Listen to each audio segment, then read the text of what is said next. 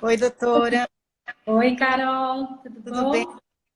Eu Tudo tô com uma bem? estrutura aqui para tentar manter de pé o meu celular, Ah, ficar muito perto. então, Se ficar alguma coisa ruim, você me fala. doutora, Você quer, você quer que eu use fone ou o som tá bom? para mim o som tá bom. A gente tem 2 minutos para você arrumar seu telefone celular sem problema.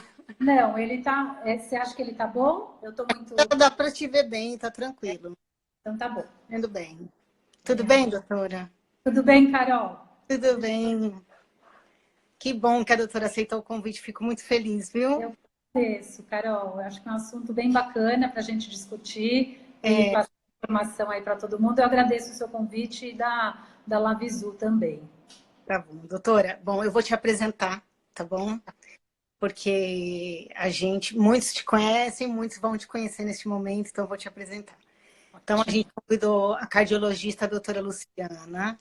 Ela é da clínica complementar. A clínica dela fica localizada em Moema, na rua Guaramomes, número 444, certo? Certo, Então, Carol. queria, doutora, que você falasse um pouquinho do seu trabalho antes da gente começar a discutir, falar sobre. Tá ótimo. Bom, Carol, foi o que você falou, né? Muitos me conhecem e muitos também não me conhecem. Hoje o grupo de colegas é muito grande, né? E eu faço parte do grupo da vanguarda mesmo, né? Na época que eram poucas faculdades e que todos se conheciam, e a gente vem de uma escola com muita história, né? Então, eu estou formada há 25 anos. Cardiologia sempre foi a minha paixão e assim que eu me formei, eu já comecei a trabalhar com cardiologia, embora nem houvesse realmente a especialidade mesmo, pouquíssimos especialistas, né? A cardiologia, a gente as especialidades elas foram nascendo de acordo com a vontade mesmo dos colegas, né? Então, eu sempre falo que eu aprendi ecocardiograma a fazer quando não existia o Doppler, né? Nem pulsado, nem contínuo, nem color.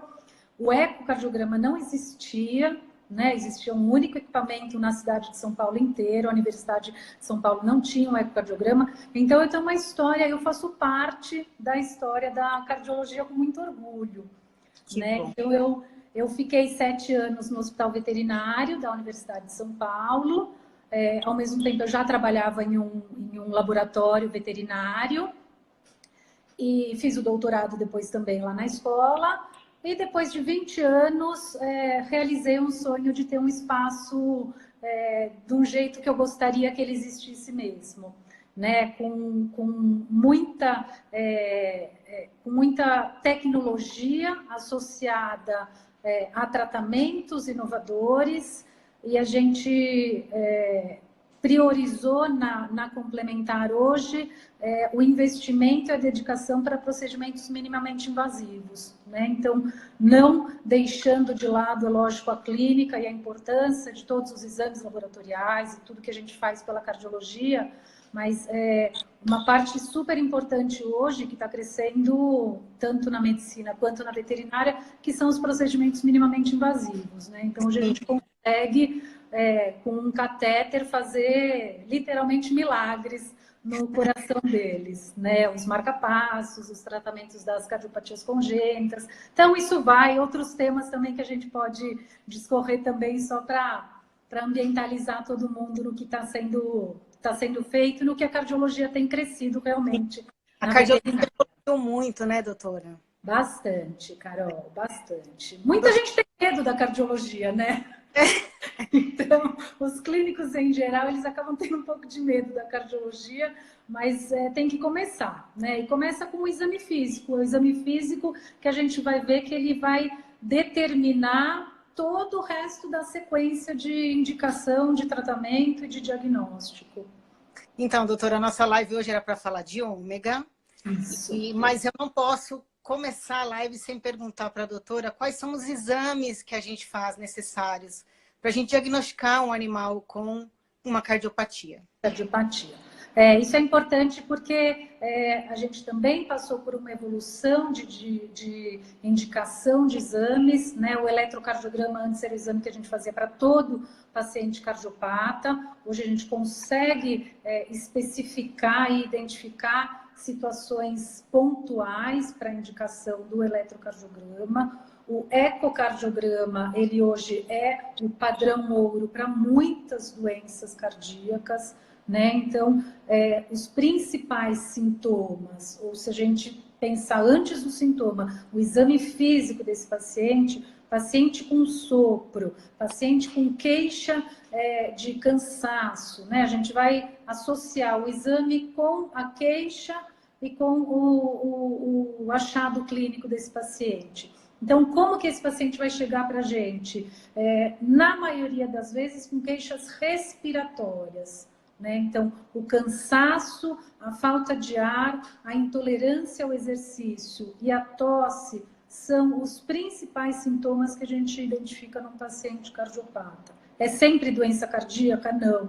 Como que eu vou diagnosticar? Como que eu vou determinar se a causa é realmente um problema cardíaco?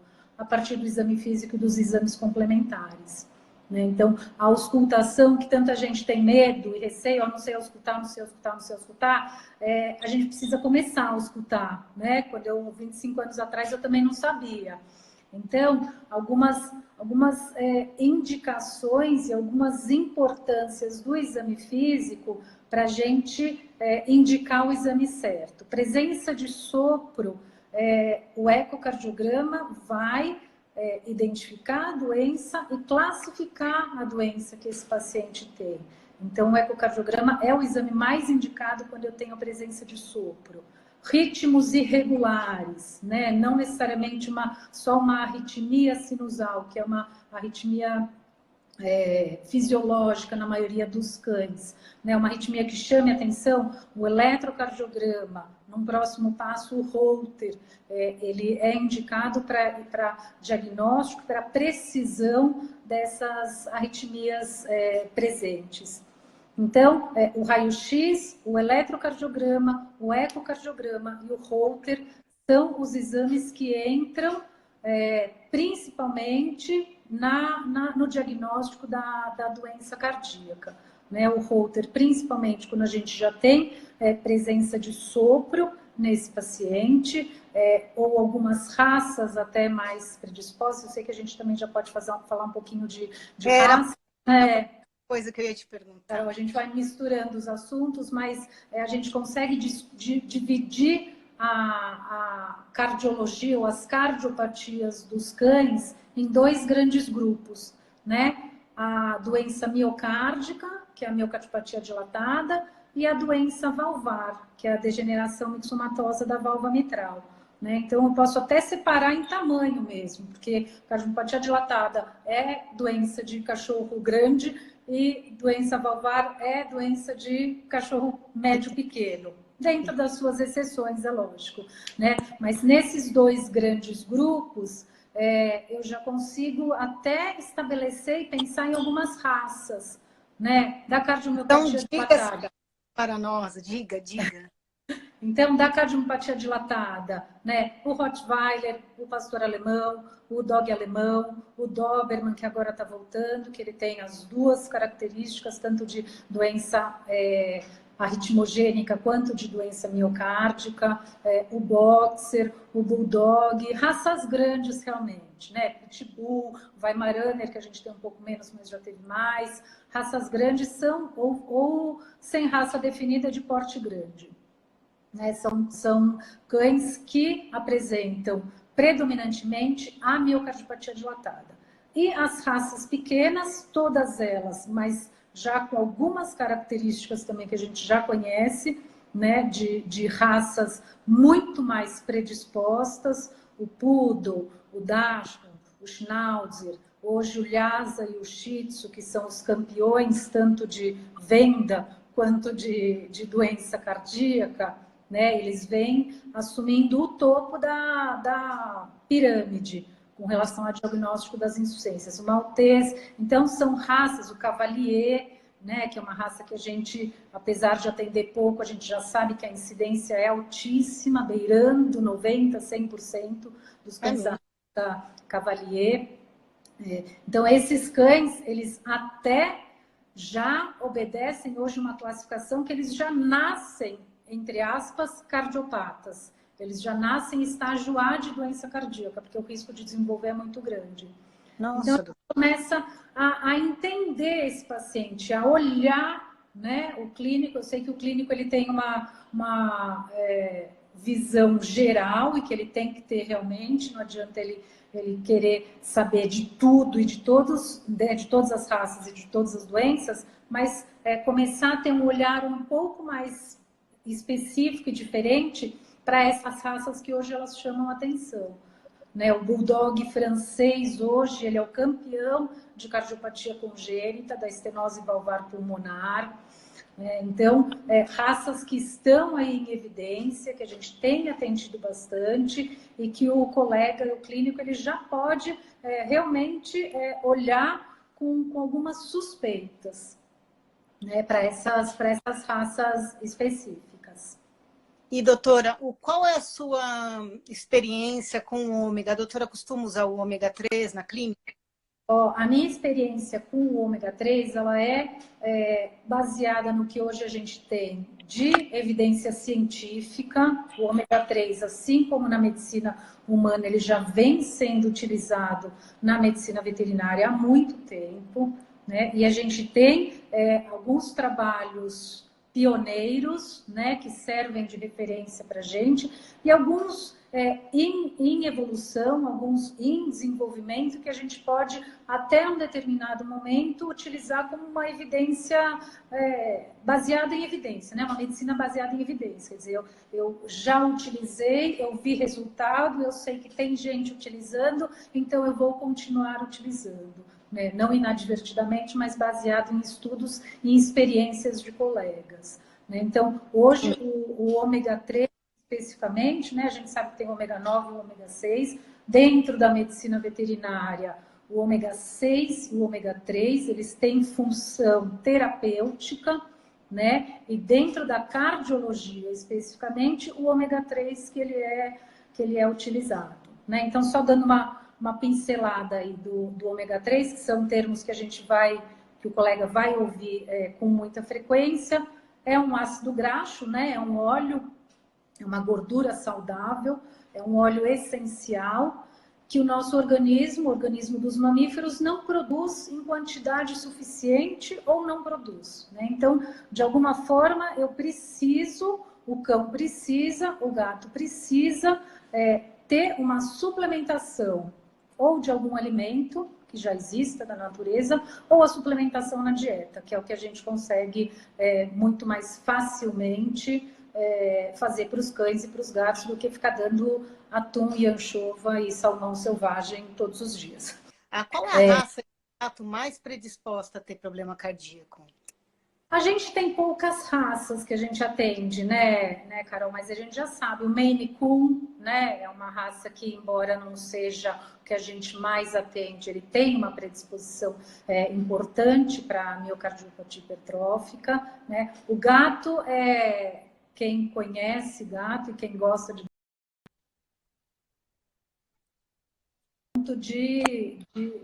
terem também doenças bem específicas e determinadas. Perdi, Carol, você está me ouvindo? Eu tinha te perdido. Então, os felinos não tem muita regra. Se é de raça, ótima, a gente já sabe que eles têm um grupo, mas o risco de desenvolver doença cardíaca em felino vai de 1 a 20 anos. E Não está me ouvindo? Oi, doutora. Eu voltei, mas eu não te vejo. Agora Mas eu ouvi. Agora tá sim. Me ouvindo? Eu estou te ouvindo. Nossa, Você estava me ouvindo ou não? Não, eu não estava te ouvindo também. Também não estava te ouvindo, acho que ninguém. Bom, falando dos tratos, só complementando dos felinos, o diagnóstico de cardiopatia em felinos, ele Necessariamente ele necessita do ecocardiograma, muito difícil só com raio-x ou com eletro ou com auscultação a gente conseguir fechar diagnóstico, é o ecocardiograma. E assim como nos cães, o ômega 3 também tem algumas indicações. Os trabalhos ainda não são conclusivos, mas, por exemplo, já se sabe que o ômega 3, né, os ácidos graxos do ômega 3, eles reduzem a agregação plaquetária.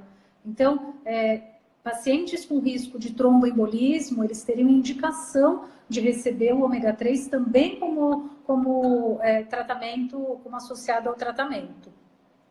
Então, mas são trabalhos que ainda não são conclusivos, né? Nos cães a gente já tem bem mais indicação, realmente. Então, falando do... Você ia fazer alguma outra pergunta, Carol? Eu ia te perguntar se o ômega 3 ele é indicado para qualquer raça canina então, do ômega 3... para qualquer gato, se tem alguma contraindicação do uso do ômega 3.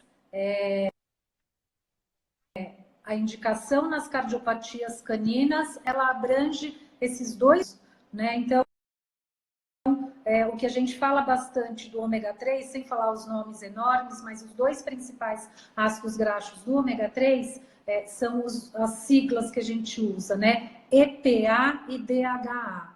Né? Então, esses dois ácidos graxos, eles são os mais importantes e que eles têm a maior função terapêutica nesses pacientes.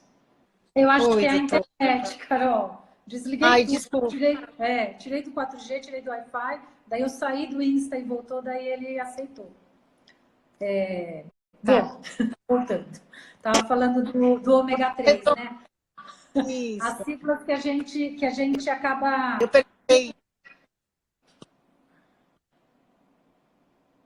Eu perguntei para a doutora se tinha alguma contraindicação de alguma raça, tanto de cão ou de gato, para tomar o ômega 3, fazer o uso do ômega 3. A contraindicação, ela sempre acaba sendo pelo aparecimento de sintomas, principalmente a diarreia, né? Uma vez que é um óleo e a gente precisa entrar muitas vezes com volume grande, né? Dependendo da apresentação que já existe dos ômegas, 1 grama do ômega dá para um cão de 4,5 kg.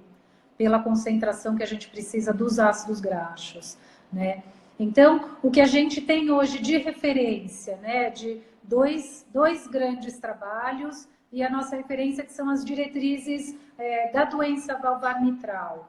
2 grandes trabalhos que foram feitos, um com cardiomiopatia dilatada, né, então cães grandes, que receberam doses de EPA e DHA já estabelecidas, né? Um acho que 25 mg por quilo, outro 18 mg por quilo, doses fixas para esses pacientes por 8 semanas, né? Um tratamento de 8 semanas já é bastante para um cão com cardiopatia dilatada. Esses cães receberam e eles tiveram, além do controle de arritmia, né, que isso também a gente consegue reduzir frequência cardíaca e diminuir focos de arritmia, tanto ventricular quanto supraventricular. Uma consequência importante no tratamento de cardiopata, que dependendo da gravidade da doença, eles acabam perdendo muito peso, perdendo muita massa muscular. O que se consegue com o ômega 3, o que se conseguiu com o ômega 3 nesses cães, foi eles pararem de perder massa muscular, né? Então, isso foi um resultado extremamente importante, porque são cães grandes, que eles perdem 5, 10, 15 quilos num espaço muito curto de tempo. E o ômega 3, ele acaba dando esse recurso de conseguir parar de perder massa muscular. Né? Nas arritmias ventriculares, que a gente tem um grupo também importante de Boxer e Doberman, foi feito um estudo dividindo em 3 grupos. Um grupo recebeu o óleo de peixe, que é o ômega 3. Um grupo recebeu o óleo de girassol. Um grupo que conseguiu controlar de forma significativa a arritmia ventricular foi o grupo que recebeu a ômega 3, né, o óleo de peixe. Então, hoje ele tem indicação, hoje a gente tem indicação de entrar com ômega 3 na grande maioria dos pacientes com diagnóstico de doença cardíaca, né? Ele não funciona preventivamente, né? Isso já foi uma febre dentro da medicina humana, né? Num determinado momento, identificou-se que o ômega 3 era o principal suplemento que era oferecido, que era recebido por tanto crianças quanto adultos. Então, ele não age de forma preventiva, mas ele tem um fator muito importante, tanto nos processos inflamatórios quanto nos processos imunes. A doença cardíaca, a gente sabe que é uma doença, é conhecido que é uma doença inflamatória do músculo cardíaco. E já foi feito estudo que a gente dosa EPA e DHA de cães com doença cardíaca e os níveis eles são muito mais baixos do que cães saudáveis, né? Então, eles têm, a gente precisa suplementar, porque a quantidade que eles têm na dieta normal deles é abaixo do que eles precisam.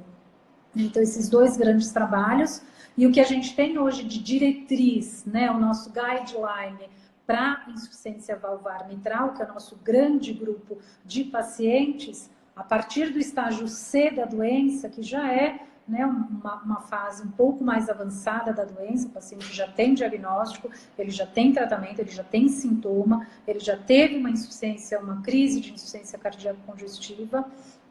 Nesse momento, já é consenso que o ômega 3 tem uma função importante para animais que têm perda de apetite, animais que têm perda de massa muscular e animais que têm arritmia. Então, a gente tem um grupo grande de indicação para um grupo grande de pacientes, que é o nosso cão de pequeno porte com insuficiência valvar. E nesta fase da doença, a gente já tem indicação de entrar com ômega 3. Oi, doutora. Oi, Carol. Oh, tá ruim a conexão, hein, doutora? Mas é engraçado que só perde o som, né? A gente não perde a imagem. Eu acho que sou eu aqui, acho que é a minha internet, não sei não, viu? Pode ser a minha também. Então, onde a gente parou, eu perguntei se existe algum alimento que predispõe à cardiopatia. Na verdade, não, nenhum que predispõe. O que tem que se tomar cuidado é com dose, né? Porque, por exemplo, o ômega 3 e o ômega 6, eles competem. Se eu exceder na dose de um deles, eu posso ter um efeito indesejável, que em vez de melhorar ou promover um processo, né, um auxílio no processo anti-inflamatório, eu posso piorar um processo inflamatório ou diminuir a imunidade desse paciente. Então, a gente precisa tomar cuidado com a necessidade. Então, eu vou entrar com o ômega 3 quando eu entender que há necessidade, que existe uma doença cardíaca instalada, seja ela muscular, seja ela de ritmo cardíaco, seja ela valvar. Né? Para esses três grupos de cardiopatia, existe a indicação de entrar. Né? A quantidade que vem em ração ela é muito pequena. Normalmente não suplementa o suficiente. Então, a gente precisa suplementar.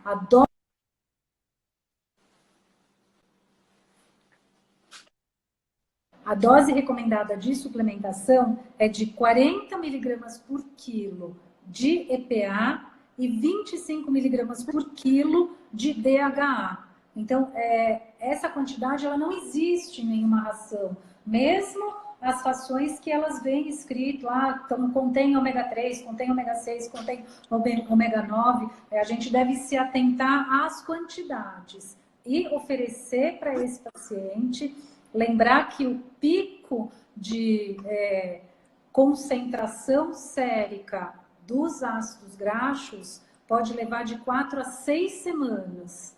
Né? Então, não é na primeira semana que eu vou ter resultado, não é no primeiro momento que eu já vou esperar algum resultado. Eu preciso insistir nesse tratamento, sempre avaliando os sintomas, os efeitos colaterais para esse paciente. Entendi. E, doutora, vale a pena a gente fazer um tratamento preventivo nos animais que têm predisposição, as raças que têm predisposição a ter... Então, a prevenção hoje ela não é recomendada, Carol. Ela deve ser feita né, no paciente, na cardiopatia, pensando na cardiopatia, se eu vou entrar com ômega 3 e eu vou conseguir prevenir ou atrasar a manifestação dessa doença, isso não. Né? Ela tem uma necessidade no momento que a doença já está instalada e a quantidade de ácidos graxos ela é mais baixa do que cães saudáveis. Então, isso a gente já sabe que existe essa relação. Né? Os ácidos graxos, eles realmente diminuem quando a doença cardíaca se instala. E aí eu vou suplementar. Né? Se não houver a doença cardíaca, eu não vou suplementar nessa dose que é. Mas eu posso suplementar numa dose de... Numa dose mais baixa, tem N outras indicações. Né? O ômega 3. O laboratório Lavizul, ele tem o ômega 3, 6 e 9, que são os três, para todo mundo que está assistindo saber, são os 3 ômegas num produto só. E este produto ele é ministrado em dose, ele vem em uma bisnaga de 30 gramas, e nós fazemos a administração de 1 grama a cada 10 quilos. E ele é em pasta, que facilita, que é palatável, facilitando a administração dele para os animais. Né?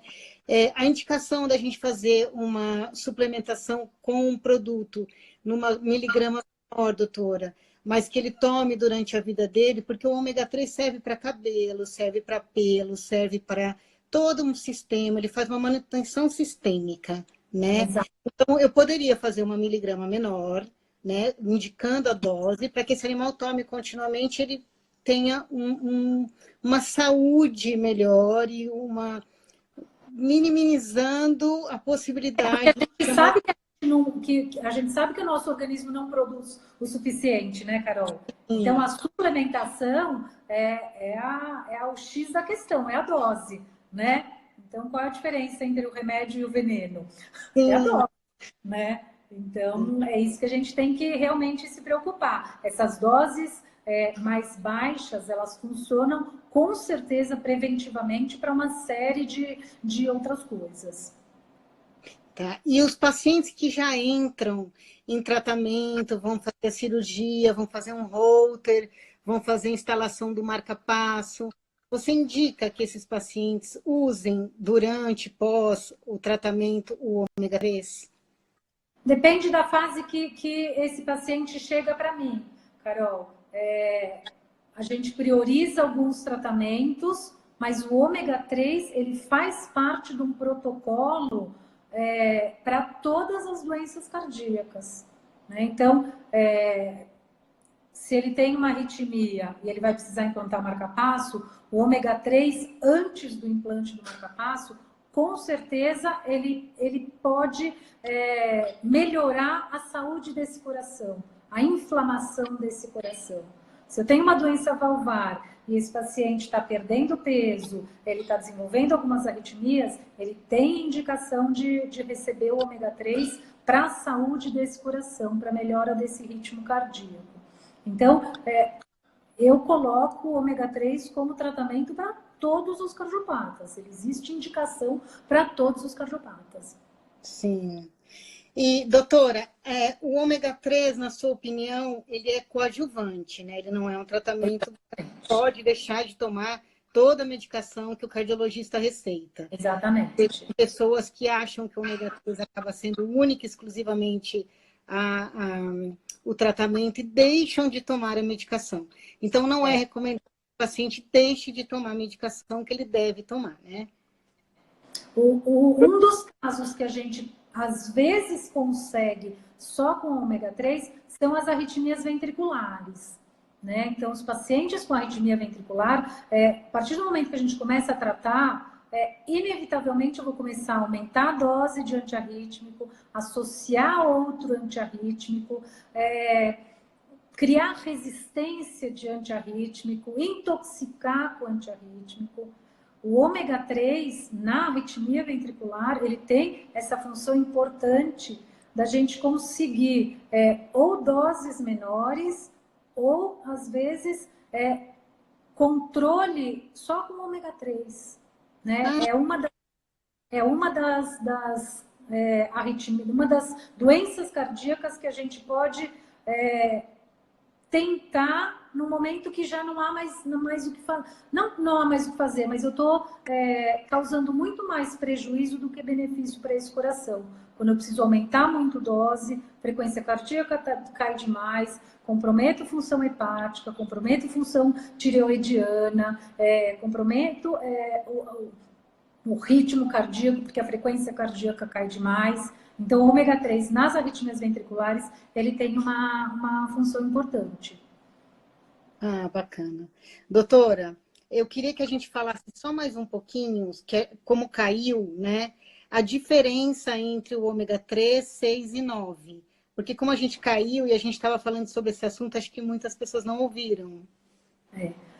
O ômega 3 e o ômega 6 são os óleos essenciais que o nosso organismo não produz, né? Para a doença cardíaca, o ômega que é indicado para tratamento é o ômega 3.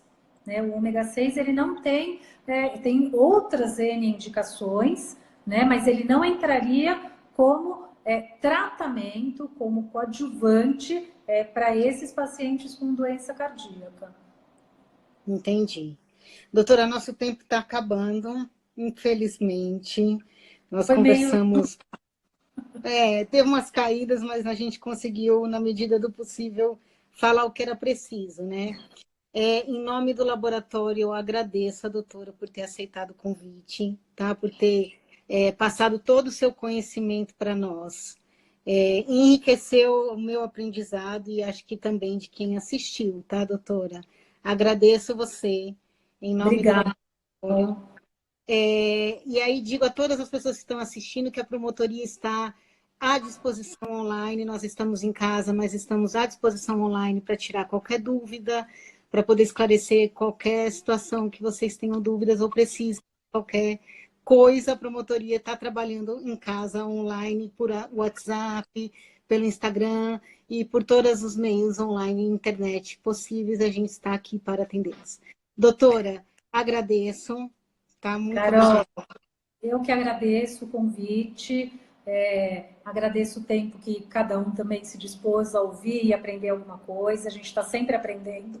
Quando a gente ensina, a gente aprende mais ainda também. Né? Então, eu também estou à disposição de vocês. Eu agradeço o convite. Eu parabenizo vocês por tudo que tem sido feito pela veterinária. E eu estou à disposição. Tá certo, doutora. Obrigada, doutora. Obrigada.